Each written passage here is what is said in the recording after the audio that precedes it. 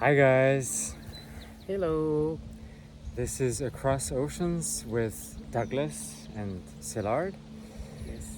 and today we are gonna talk about fashion, what people wear. Um, and I have to admit right at the beginning that I have no idea about this topic. Douglas has a lot more experiences with fashion, and last weekend there was Fashion Week in Berlin, and he was there recording interviews with fashion designers. You can watch these videos on his personal account. Um, Now we just want to talk about generally about what people wear and what does it mean, like what clothes tell other people about us even before we say a word. Hmm. But first, just as an entry question, like when was the first time when you became consciously aware of what you're wearing, and when were you making choices like what to put on and why? I think that one of the first uh, instances, like I said before, how in previous videos, how I attended a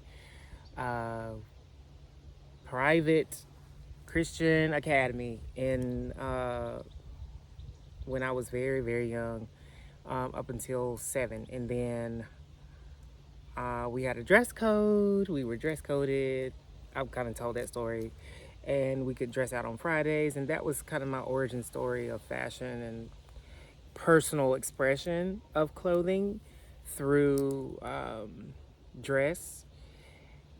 And then when I got to middle school, I started to, well, not middle school, but when I transferred from private to public school, Mm. I started to dress.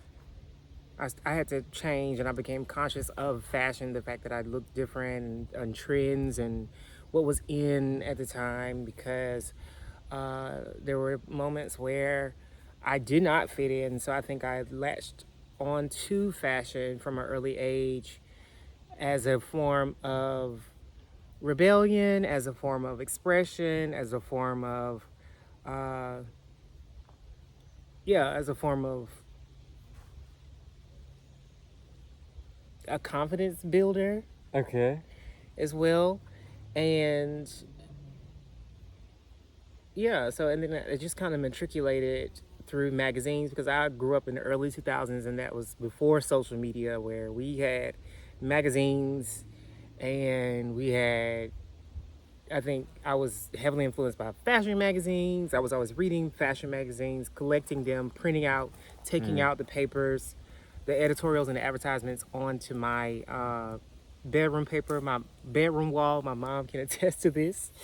And then after a while, I began to really become obsessed with fashion, I think, uh, through fashion shows at school with my friends, getting dressed up in high school with my friends, Niger and Alexis, and then as well with in college, I was always going out places, going out. And so fashion has had a huge. I've had a really strong relationship with fashion for a long time. Mm.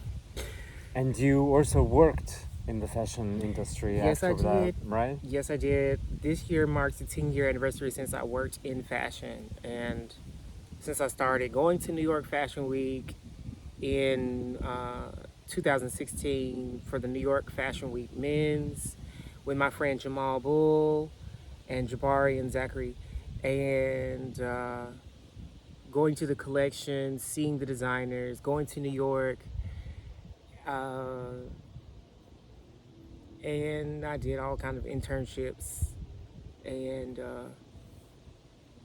worked in visual merchandising, retail, worked at Bergdorf Goodman, Banana Republic, um, worked as a writer in fashion PR, um, A lot of stuff. I did a lot of things. Going to fashion museums in New York, collecting books, meeting people, and then this season, kind of getting back into the Berlin Fashion Week scene. I went to a couple of shows that I was invited to, and had some interviews with designers, talked to them.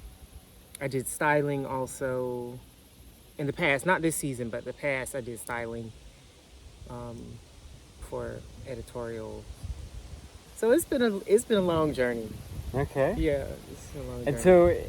so, like, how could you describe fashion to someone who has no idea what fashion is? It an art form? Is it just simply a question of what we wear? Like, what is it? What is fashion? I think that fashion can be fashion is ultimately an outward expression. I think it can be of the internal. I think it can be the ultimate outward expression of what's inside of a person, and I think that through the things that we wear, we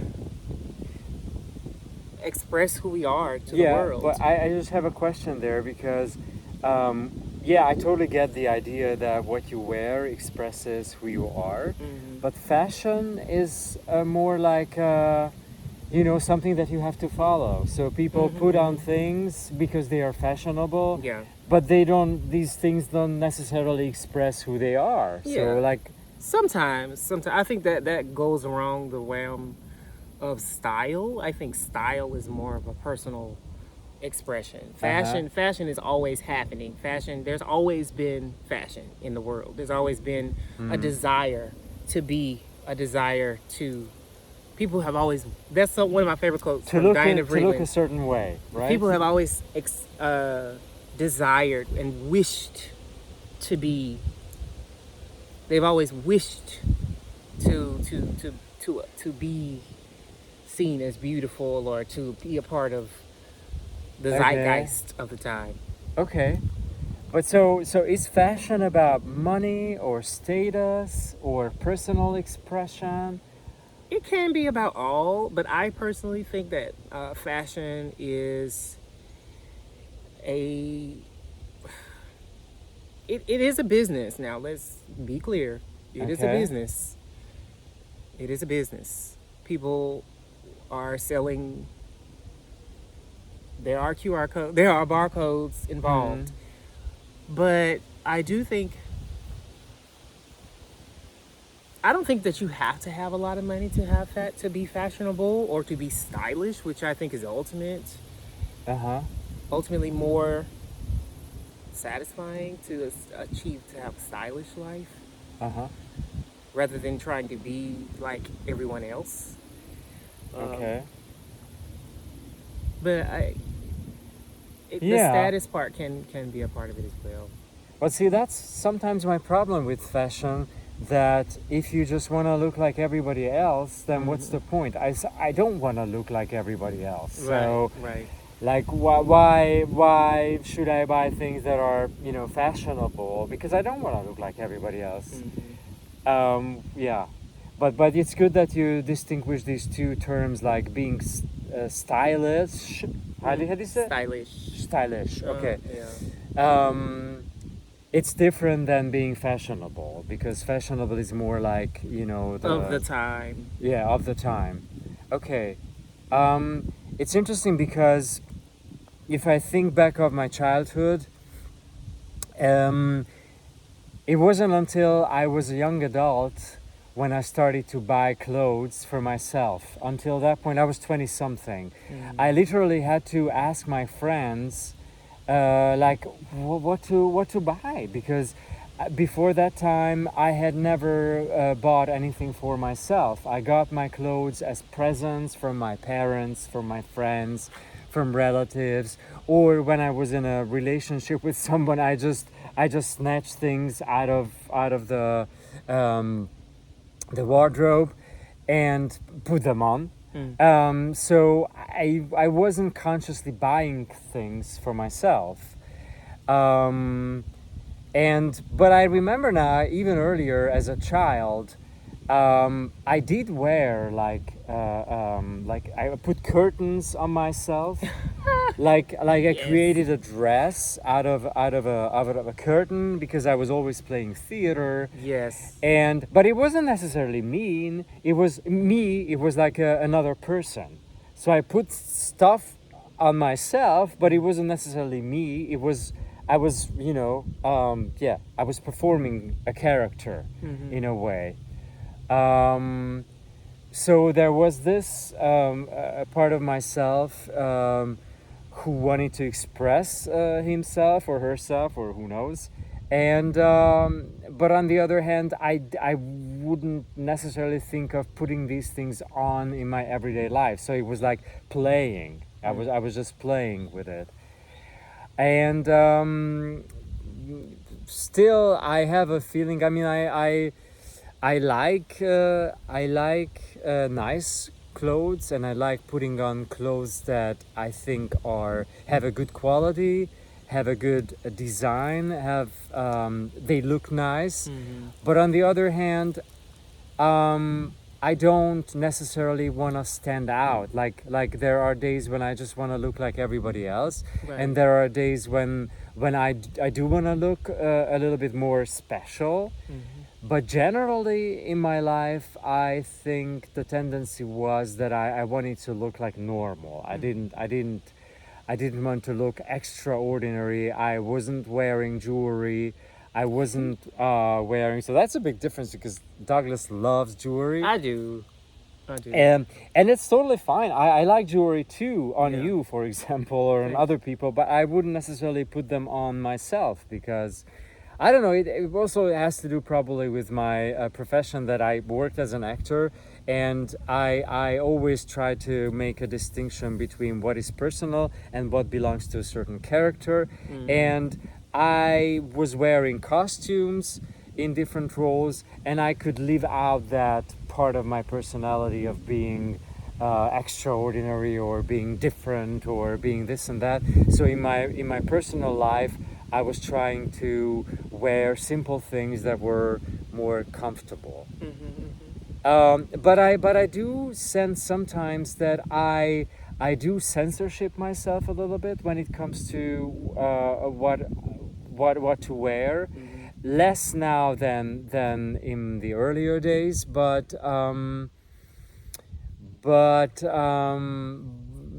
I think fashion or what to wear, it also can be a question of, or it could be a form of coming out, Yes. isn't it? Like Yes. if you're gay and then you wear certain clothes, Yeah. then you think that people might identify you as gay or not. Like, if you want that, then you can put on clothes that are definitely gay. Right. Or you think they look gay. Like, what are your thoughts about that? I think that with this interesting topic, because I feel that lots of gay men specifically, there is a very closely intertwined relationship with gay men and fashion. Okay. And I think that uh, lots of gay men are closely associated with the fashion industry and with, as far as designers, as far as stylists, makeup artists. Not saying that you have to be exclusively a gay man in order for you to work in fashion. I think there are lots of wonderful examples of straight fashion designers like Oscar de la Renta, like Ralph Lauren, Calvin Klein, Calvin Klein, and lots of other examples of that. But I do feel that for a lot of gay men, I think fashion has been an avenue for them to express themselves and express their sense of identity Okay. through fashion. And in my personal life, I know that I have use fashion as as a a form of armor in a way Okay. from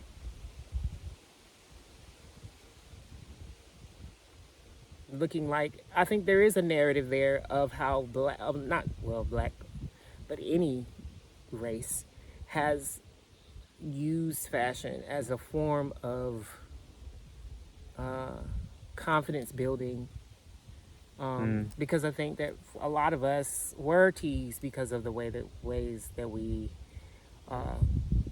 expressed ourselves through dress, and we've used that as a Okay. form of resistance and rebellion, and also a sense of reclaiming our own identity and our own power. Okay. You know, personally. I have a quick few questions to that. The first is like you said that fashion and just generally the choice of what to wear can express yourself, your personality. But does it work the other way around? Like you put on a piece of clothes and then you become somebody? I think it can. It can. In some respects, I do feel that if you this I do think that clothes have an ability to elevate a person's sense of consciousness or elevate a person's sense of confidence within themselves. Okay. I think that, for example, if you wear a suit, Yeah. men who wear suits, or not even just men, anybody who wear on the spectrum of gender can put on a suit, and by wearing a suit, they can automatically take on those qualities that are often associated with wearing suits, as far Okay. as money, or as far as status, or as far as professionalism, as far as being Uh-huh. taken seriously. Okay. In that way, I think that fashion can have that And what if you ability. put on a dress? What does that express about yourself? Or what does it tell? What does it communicate? If you put on a dress, you put on a dress. Well, like you said, like a suit conveys a meaning of responsibility, professionalism. So like Masculinity in a way. masculinity. But what if you put on a dress? What does that say about Well, you? see, that's an entire different conversation, because I think that we are.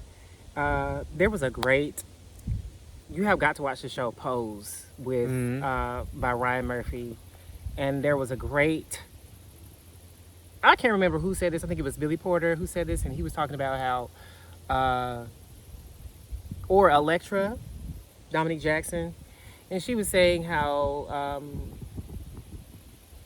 why does fashion have to be, or I think it was Billy Porter's character, Pray Tell, he said how fashion, men, why does wearing a dress have to do with, or why does wearing a dress have to do with lowering yourself, or I can't remember specifically what he said, but I remember that they were talking about how Jesus wore dresses, and men have been wearing dresses for years, and then wearing dresses has been seen as lower or less than. Okay, but there's also a cultural aspect to it because I kind of know that or have seen or heard that in some cultures men wear dresses as well. Some It's been that way since. Arabic cultures. So probably Yeah. in those cultures, wearing a dress doesn't have that association or that meaning, right? Right. Or I think it does boil down to history, and that's why fashion history can be important. Uh, because, and it is important to know, because I think it helps to give a person clarity about their own choices with dress. I think knowing that there is still, even in 2026, there's a lot of stigma with men wearing dresses in certain aspects of the world, yeah, specifically within kind of these heteronormative spaces. right. There is a disregard for men in dresses. Okay. And I think that through reading, through understanding history, you can understand, and culture, Yeah. through African, the Middle East, China, the Asia, wherever, dresses, men wearing dresses or tunics Yeah. is has been seen as completely normal, Yeah. or often it has been seen as a sign of power, of personal power, wearing tunics or long robes Yeah. in certain aspects or certain pockets of the world. Okay. The next question that I wanted to ask, like, do black people wear different clothes than white people in the United States, for example? I do think that there is a particular style that is associated with black African American people, specifically with jewelry and this whole bling culture. And I think, I think black people do have a specific kind of way of styling themselves that is rooted in their, history and an African culture that has been brought here to, well, not here, but to America. Yeah. And I think that black people, lots of African Americans, have spearheaded lots of trends, spearheaded lots of contemporary trends of black, of dress, of what's popular, stems from black expression, specifically African expression, but black expression as well, specifically within the 80s and the 90s, within that whole kind of hip hop culture. I think there is a specific difference that can be seen from black people. And I think there's a lot of cultural traditions that black people have been largely associated with. Okay.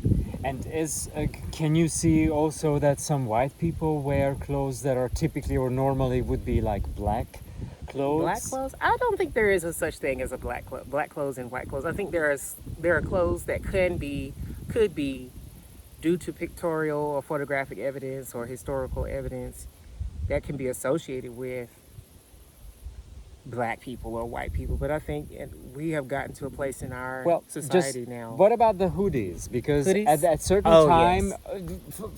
first almost entirely black people were wearing hoodies, and I even heard at some point in my life that somebody was questioning, like, when a white person put the hoodie on, like, what are you trying to pretend, like?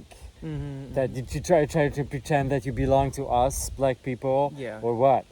Like, what are your thoughts about that? Hoodies? Yeah, hoodies. Yeah, are they Typical black, or is it now, or it used to be and now it's not anymore, or? I don't know the specifics of when that originated. I'm not that much of a historical. I have not done my full homework on that, but I need to. But I do know that there was a scandal and there was a debate in 2020 when the race relations in the United States were very divided because of the killing of, I think, Trayvon Martin, who, I can't remember, I think it might be Trayvon Martin. There was a huge scandal that happened because he went to the grocery store. He had a watermelon. He bought a Arizona watermelon can. Okay. And he died. He was killed at a very young age because of him wearing a black hoodie. And I think there were lots of associations with and conversations that were had regarding black hoodies and how they have been associated with blackness. Okay, so there is such a thing in the culture. Yeah. Yeah. Okay. And I think there was this conversation that was had where lots of black people were reclaiming and trying to figure out why, or there were just conversations about the black hoodie and how that has been or could be seen and deemed as a dangerous, or why is the black hoodie, what he was wearing in that incident of his murder, seen as dangerous? Why Right. was he seen as dangerous because he was wearing a black hoodie? Yeah. Okay. And there were connections with blackness and the black hoodie. Okay. And so, what you wear can also express to which community you belong to, or to which community you feel that you belong to. Okay, so what you wear can also function in a way as a uniform, you know? And belonging in a Yeah. sense, Yeah. and Okay. of cultural tradition and of cultural associations and ties, Okay. in a sense. Okay. Like, can you say that certain professional groups wear certain type of clothes? I do think so. I mean, if we're talking about the difference between white collar and blue collar, For example. for Yeah. example, I mean that's something that has been associated, and that has been a clear divide between social dress and customs of dress. Mm. And now you've been living in Germany for 9 months, roughly. Yes. And so, do German people dress differently than American people? Do you see a difference? I do see within the younger people, I do see certain trends. I do see certain things that I remember we wore, or I do see certain trends that I think are returning and that I'm excited about. I think that with the punk, I see lots of piercings, and I see lots of, you know, kind of this gothic style with spikes and Okay. this punk movement. I do see that a lot. Okay. And I get excited about people wearing that. And I also see a lot of the early 2000s returning and resurfacing. Maybe that's between the younger generations of like teenagers. I see a lot of apple bottom jeans, hoodies, and I see lots of these kind of bags, these shoulder bags that they used to wear in the early 2000s. Okay. And I see apple bottom jeans a lot. I see lots of Adidas. I see lots of Air Force Ones coming back. What else? But as far as like a German style, I do feel that there is a specific kind of a German association. There is, like, specifically in Berlin, like there's a black, people love wearing black. Okay. There's that association that is heavily associated with Berlin as a fashion capital of wearing black Okay. and this hard edgedness. Uh-huh. I see a lot of that. And then I do see like these very thin rimmed glasses, you know, sandals with socks. I happen to be wearing sandals with socks right now because it's a kind of a nice weather, but it's a little bit, you know, when the wind picks up, then it's a little bit cool. So Yeah.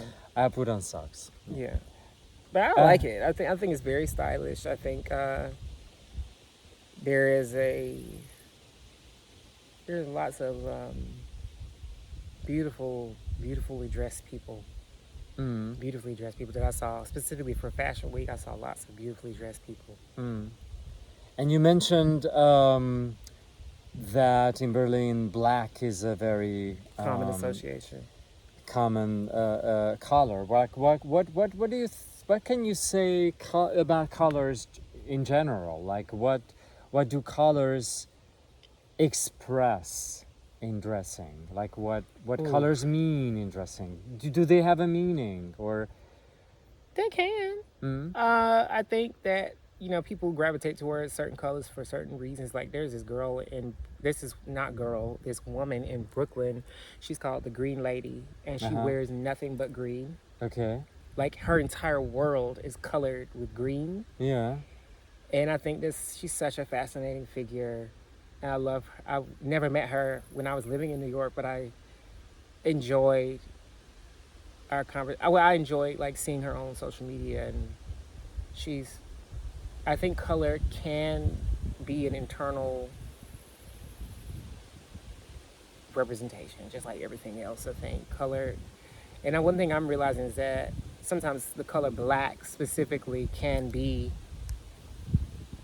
associated with Yoji Yamamoto and this kind of coldness and this kind of neutrality of you wear black and I wear black, and I think black wearing the color black has been associated with the fashion industry because a lot of them wear head to toe black, specifically when they're working behind the scenes or for shows or just in general.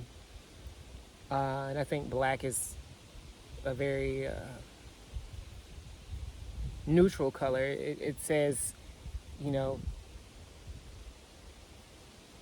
I do me, and I'm kind of to myself sometimes, or it can be very neutral. I think blue, like the color blue, has been associated with trust and truth. Okay. I think that blue, there's this association with blue from that I got, I think, from my dad. Like people wear blue ties for interviews Okay. and for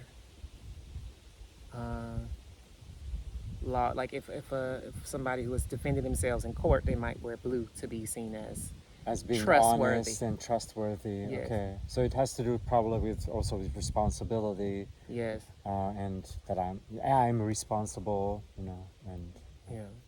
oh, okay, I like that. And green, I think all of the colors have associations. Red is associated with passion and fire and caution and alert, warning, danger. What about yellow?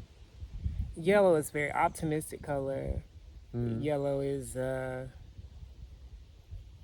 very bright, positive associations with yellow. Green? Green is associated with nature and obviously wealth and money and dollars. Green. Really? Green, Okay, yeah. I love green. I love green. Well, you have green eyes. You have green eyes. Okay. Yeah. No, I always loved green. Olive green is my favorite color. I don't know why. It just makes me calm and relaxed, and I just like it. Yeah. And so what about patterns and writings? Like you have some writings on your T-shirt right now. Oh yeah, this is from a shirt. Never be afraid. Well, to getting good trouble. Yes, this is a family shirt. This is a family T-shirt from Representative John Lewis. He was one of our cousins, and we got this. And it says, "Never be afraid of good trouble." He was a congressman. Well, he was a senator, and he was a part of the. He was also a part of the civil rights movement. He was spearheading the civil rights with SNCC in the 60s. And I like this shirt because I like what it says. I like the philosophy, and it also reminds me of my family. It makes me close to my family. It says, "Never be afraid to get in good trouble." And that was a quote that John Lewis, he was an advocate for change. And Okay, cool. He's a wonderful person. Rest in peace. And what about patterns? Patterns. Yeah. What do patterns say about you, or yeah, what people think about when they see patterns on your clothes? I think patterns can be be representative of fearlessness in a sense, or personality. Mm-hmm.